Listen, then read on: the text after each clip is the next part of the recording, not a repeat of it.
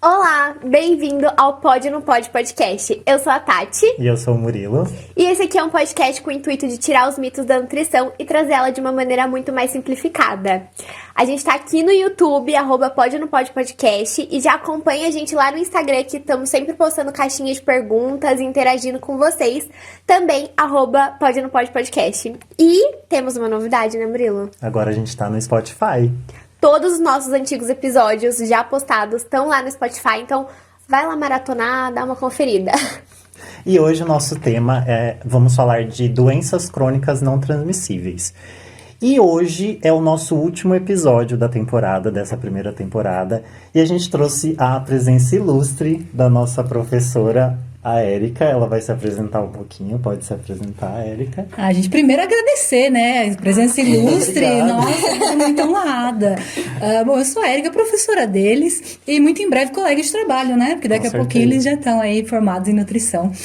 Sou nutricionista, já vai fazer 18 anos. E além aqui da faculdade, eu trabalho também em consultório, desde que eu me formei. Eu já comecei a trabalhar na área que eu queria, que era a área clínica, né? E aí sigo com essa dupla missão. E você pode contar um pouquinho pra gente como foi a sua trajetória até chegar na nutrição?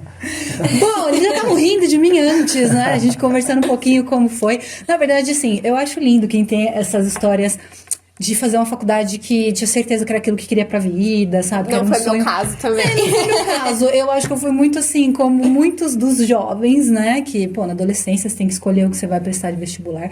Eu tinha muita dúvida, eu pensava, na verdade, que eu ia fazer publicidade ou que eu ia fazer jornalismo. E pensei, eu prestei vestibular faz mais de 20 anos, né? Então, na época, era assim, não, mas na sua família não tem ninguém que é jornalista, ninguém na publicidade, difícil ter emprego. Aí teve uma feira na escola que eu estudava, que era uma feira de profissões, daí tinha lá um stand da nutrição. E tinham fotos, né? Aí eu olhei e eu vi uma foto do pessoal numa cozinha.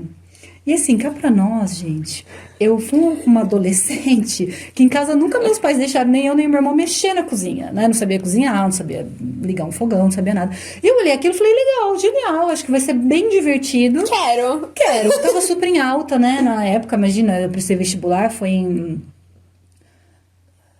2001, final de 2001, né, para começar em 2002. Então a nutrição tava super no auge, falei, nossa, isso é que eu vou fazer mesmo, né? E foi isso, foi Se encontrou, assim, Érica. Não, e foi legal. Acho que foi legal até por uma questão pessoal, acho que às vezes a vida, ela escolhe algumas coisas pela gente, né, ou coloca no nosso caminho, que é para fazer bem para nós. Eu acho que a minha alimentação melhorou muito, e foi uma profissão que eu me realizei. Na verdade, eu nunca fui uma pessoa de pensar em trabalhar na área da saúde, até psicologia era um dos cursos que eu também cogitei, e no fim achei legal, deu tudo certo. Ai, é isso, E eu acho que foi legal também esse contato mais próximo com os alimentos, né? Já que você não tinha isso quando era mais nova, né? Foi, então, em casa na verdade era tudo muito eclético, né? Porque a minha mãe não come carne. Então sempre teve vegetal, sempre foi uma alimentação muito colorida. Meu pai sempre teve uma alimentação maravilhosa. Mas meu irmão sempre foi mais difícil, né? Não gostava de nada. E eu não posso dizer que a minha alimentação também era grande coisa. Em casa nunca foi de ter fritura, coisa empanada. Não é assim, não cresci comendo salgadinho, bolacha recheada. Não foi essa a minha realidade na infância. Mas eu não tinha uma alimentação tão variada. Não dá pra falar que eu fui uma criança, adolescente que comia todos os vegetais.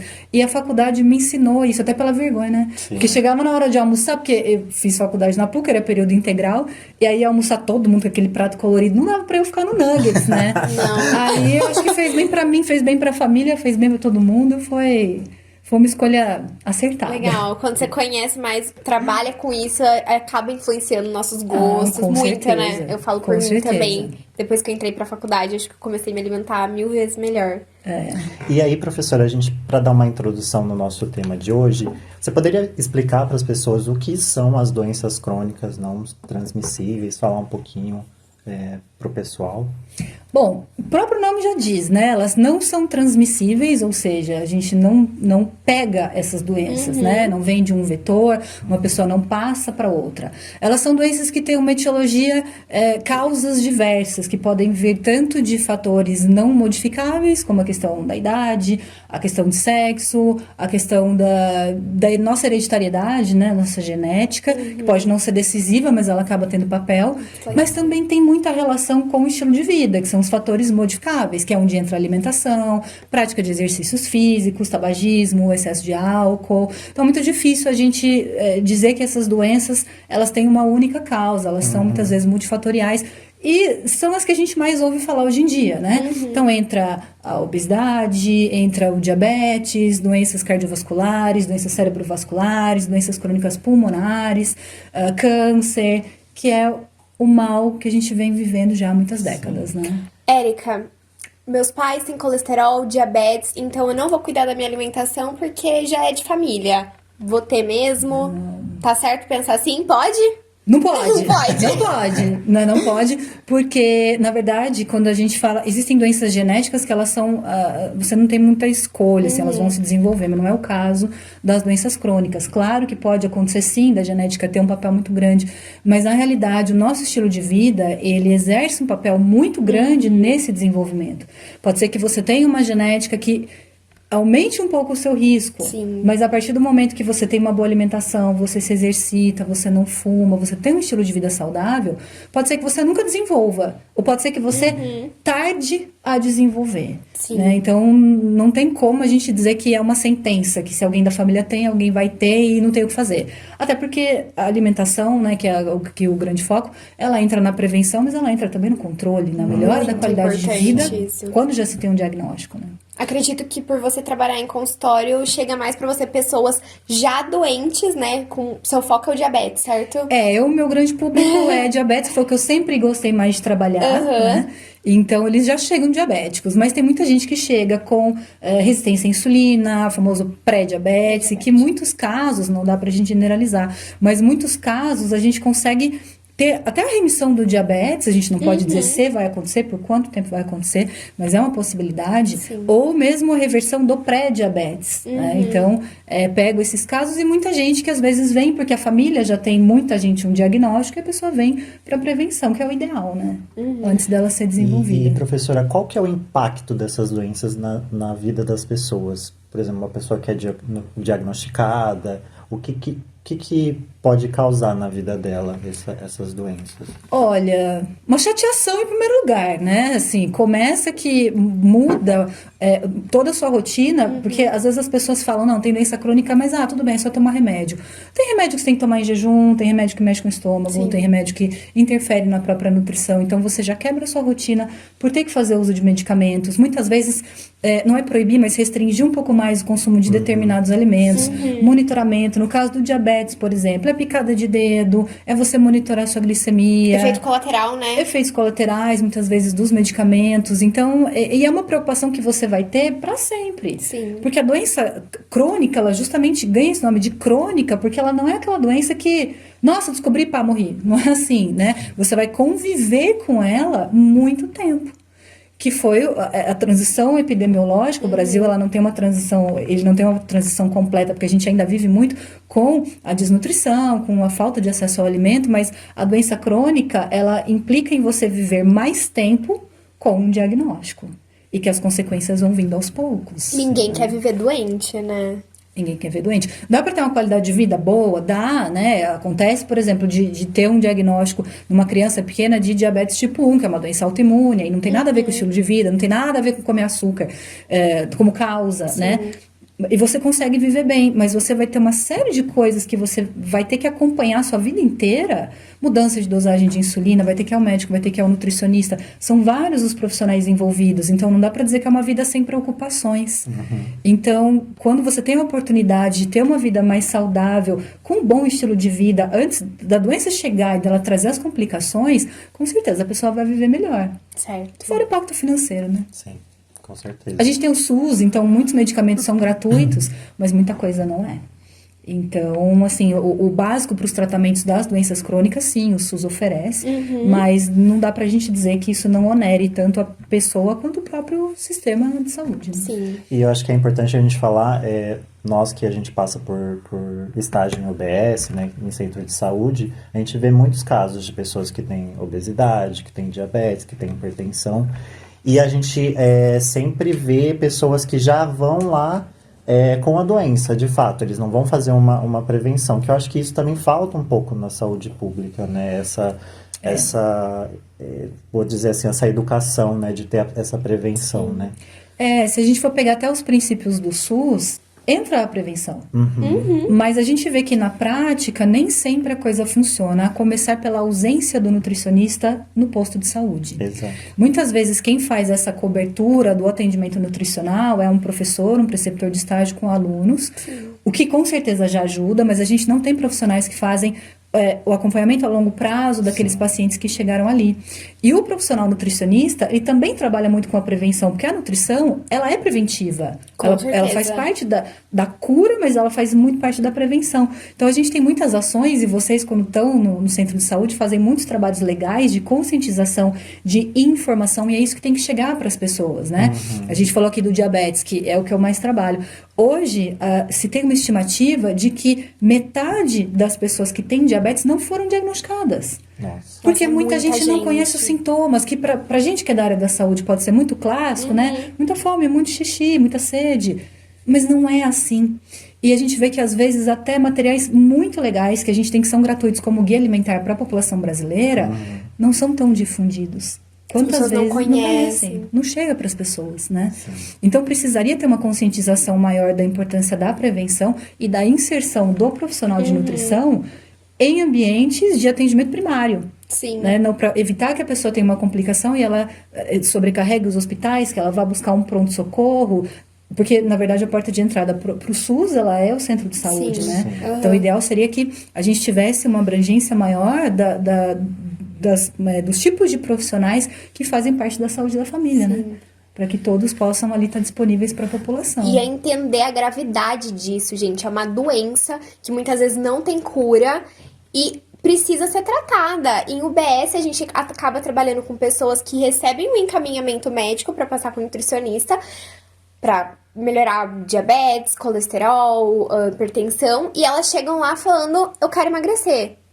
Nem sempre é o foco, né? Pode ser uma consequência a melhora da alimentação, o emagrecimento, mas é você também pensar na sua saúde, que um dia a conta chega e não tem preço, né?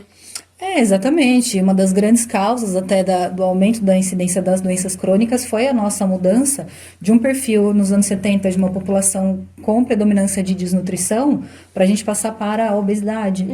E aí a gente tem essa confusão muito que se faz com questão de corpo, né? Eu quero emagrecer, mas espera aí, qual é o objetivo? Exato. É chegar num padrão midiático que não é atingível por grande parte das pessoas, ou a gente não está cuidando da obesidade até que ela se torne mórbida, até que ela chegue num nível que raramente ela vai ser inofensiva. Exatamente. Né? Então, por isso que tudo vem da conscientização, o que é um ultraprocessado, quais são os alimentos que a gente tem que consumir com mais moderação, o que é um estilo de vida saudável, porque a gente consegue, muitas vezes, evitar grandes complicações que as doenças crônicas trazem. Porque, como você falou, elas são doenças que não têm cura, elas têm manejo. Né? Então, o ideal é que a gente evite que elas aconteçam, nem sempre é evitável, né? Mas que elas se agravem. Exato. O que a gente vê bastante também é a gente ter que fazer essa educação alimentar com as pessoas, né? Porque as pessoas não sabem como comer, o que comer. E aí entra a questão dos né, industrializados ali, que é o mais fácil, que é o mais barato ali. Mas às vezes também não é o melhor caminho, né? Eu sempre falo para eles, né? Para todo mundo em aula, nutricionista é educador. Sim. Não existe você esperar que um paciente vai chegar para você e você vai falar, quem estudou aqui fui eu, então a dieta segue e não questiona. Isso não existe. O nosso objetivo é que a pessoa tenha autonomia, mas para ter autonomia ela tem que ter conhecimento. Então eu preciso passar o conhecimento. Olha, o que é um carboidrato, o que é uma proteína, o que é uma gordura. Eu acho que por mais que a nutrição ela esteja sempre sendo pauta de programas, de reportagens, a gente não pode pressupor que qualquer pessoa que não tem uma formação na saúde já chegue munida de informação, porque senão ela não estava ali. Exato. Então a gente precisa do básico e passando a informação para esse paciente, para que a hora que ele for ao supermercado ele saiba ler um rótulo, ele saiba identificar aquilo que é mais vantajoso para ele consumir, para que ele entenda que descascar uma banana é o mesmo trabalho que abrir uma barra de cereais, porque muita coisa está no nosso automático, né? Parece que popularmente a gente já está acostumado a falar, não, mas é mais fácil abrir um bolinho, abrir alguma coisa. Nem sempre é. né? Então a gente precisa ajudar. Como é que eu vou preparar um alimento? O que eu posso deixar congelado? O que eu posso deixar pronto? Como eu me organizo? Como eu gasto menos? Porque também a gente ouve muito, a industrializado é mais barato que os alimentos naturais. Alguns de fato são. Mas a gente comprar um alimento da época, a gente, no dia que a feira tem promoção, que o supermercado tem promoção, a gente consegue se alimentar bem comendo alimentos naturais. Eu acho que tem coisas que são difíceis. Por exemplo, se me perguntar o que seria o ideal quando a gente vai comer vegetais, comprar um orgânico. Todo mundo pode comprar? Não. Não.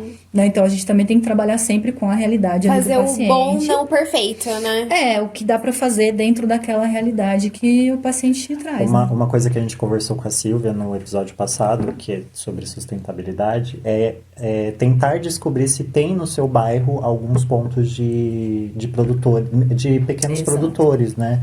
De ter esse contato com eles também.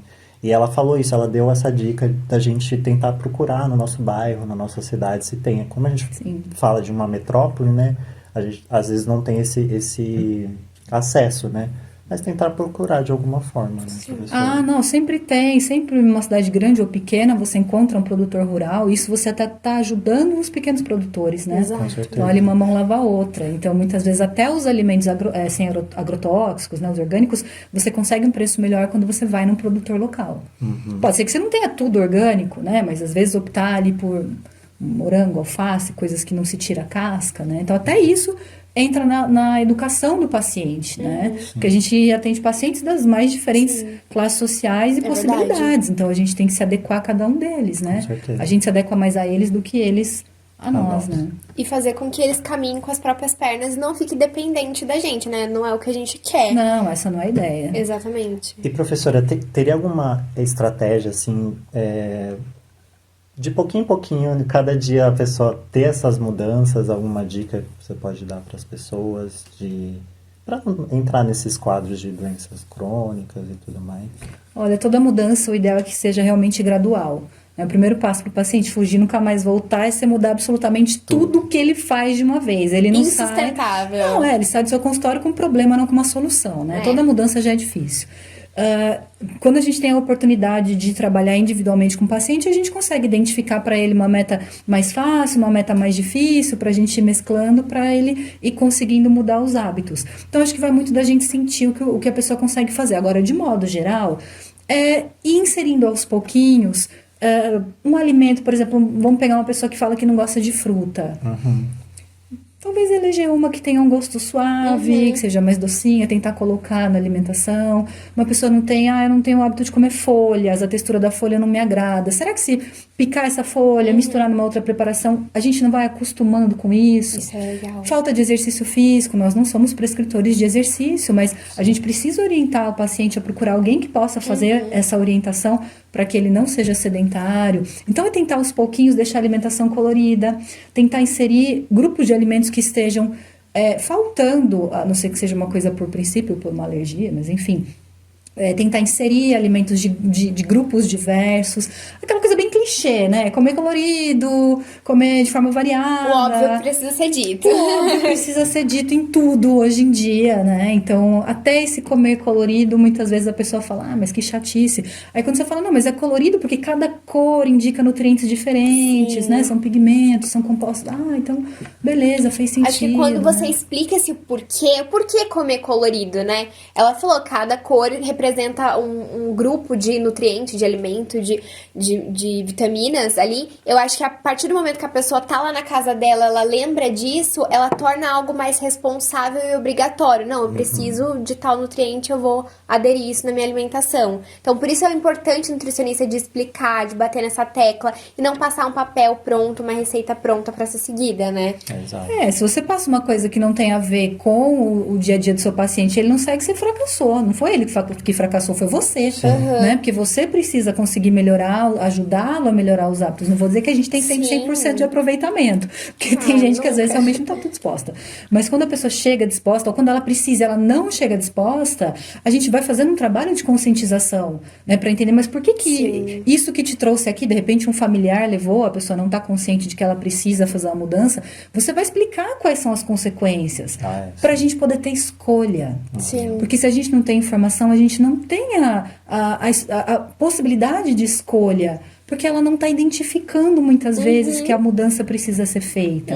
Então, o que é a sua doença? A pessoa chegou com um exame, alguém te explicou o que é esse exame? Olha, isso significa isso, isso e aquilo. Isso que você tem, como que a gente melhora? Se você não fizer a sua parte, o que vai acontecer? Quais são as consequências? Tudo a gente precisa ajudar, guiar esse paciente, mas para ele conseguir fazer escolhas, para ele poder ter essa capacidade de discernimento. Falar com uma linguagem mais simples, fácil. Eu acho que começa pelo com fato certeza. da pessoa não entender, né, de fato, a gravidade, o porquê que ela tá com aquela doença, né? E aí entra o papel do profissional para fazer essa...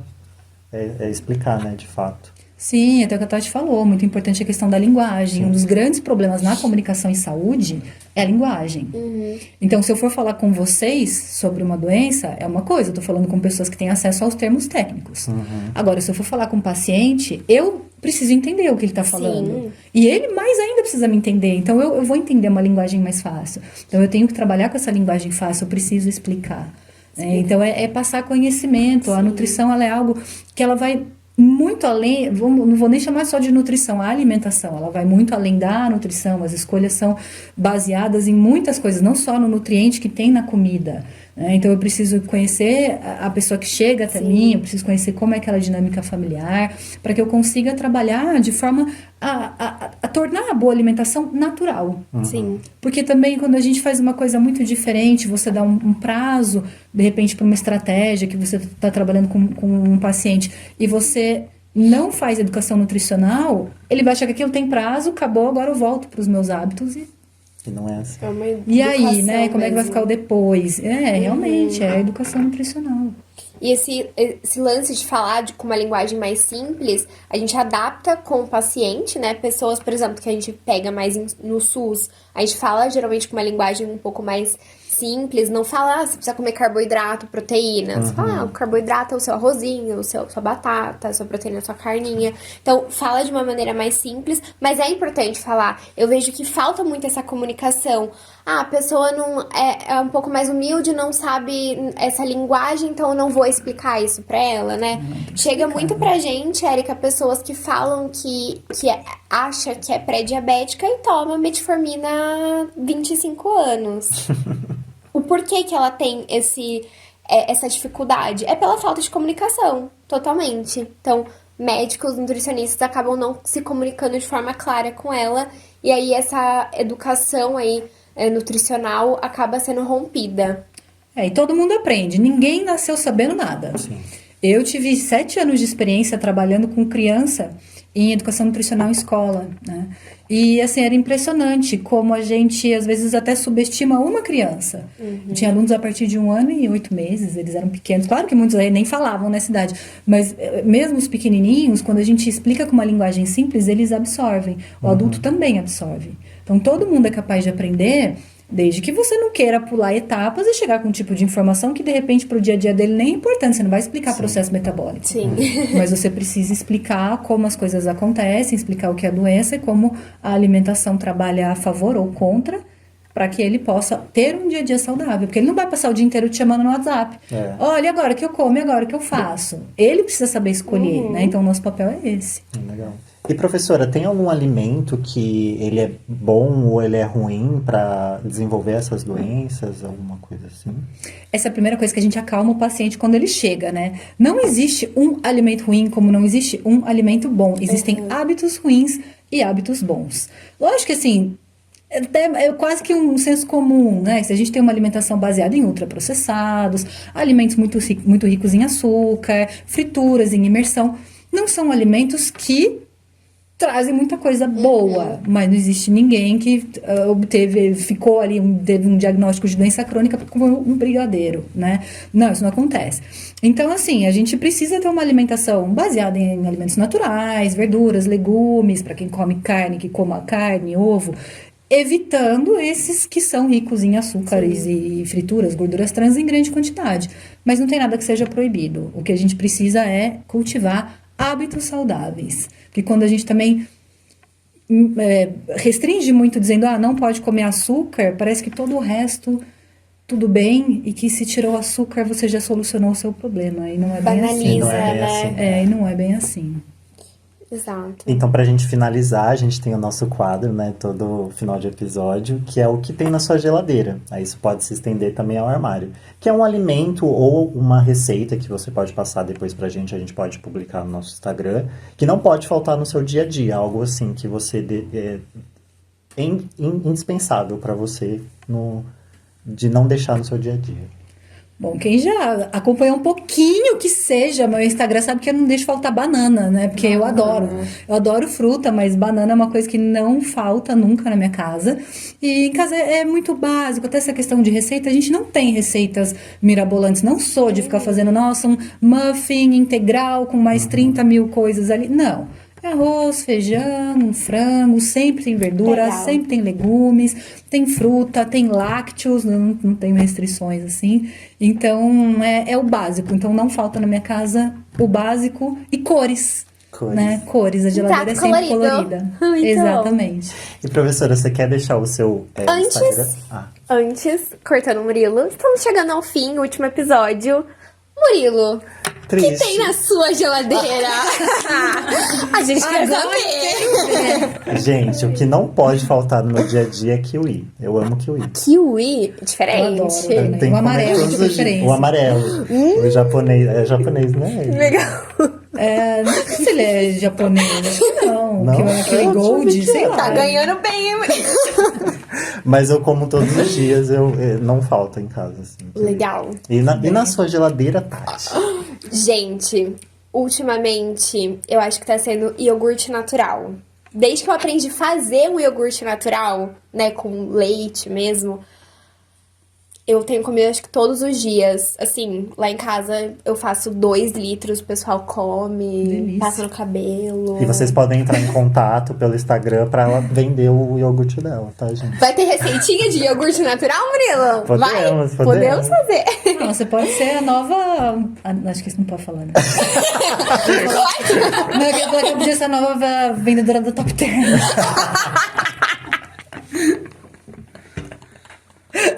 A Top Term! Você faz iogurtes fresquinhos. Eu tô passando. Quando o Instagram estiver embaixo, a gente posta. Tô lá embaixo, não deu nada certo, a gente vai ter que postar isso. Encerrando nossos episódios. Araci, adorei participar do seu episódio. Ai, amiga. Bom, então pra gente finalizar aqui, a gente quer agradecer muito a sua presença, professora. Muito Foi obrigada, realmente uma honra Érica. ter você aqui com a gente. Obrigado por Imagina. aceitar nosso convite. Eu que agradeço, foi um prazer. E você pode deixar seu Instagram, né? Para o pessoal quiser acompanhar você mais de pertinho. Isso aí, quem quiser falar mais sobre doenças crônicas, né, principalmente o diabetes, então no Instagram é @Erica Blaskov. Érica normal com C, bem simples, Blaskov também escreve como fala, com C. Não é Onde esse difícil. sobrenome? Minha família é da Croácia, era da antiga Iugoslávia e a parte que virou Croácia. Chique. Muito chique. Então a gente quer agradecer novamente, muito obrigado. Imagina, Quero agradecer obrigada. também todo o apoio aqui do Charles, que ele faz a nossa câmera, a nossa edição. Agradecer a presença da nossa produtora Andréia, que sempre está aqui com a gente. A Júlia, que dá o apoio pra gente todas as gravações aqui. Agradecer ao Centro Universitário no Metrocamp por estar disponibilizando o espaço pra gente, né? E muito obrigado, gente. Até logo. Tchau, tchau. Tchau. Tchau.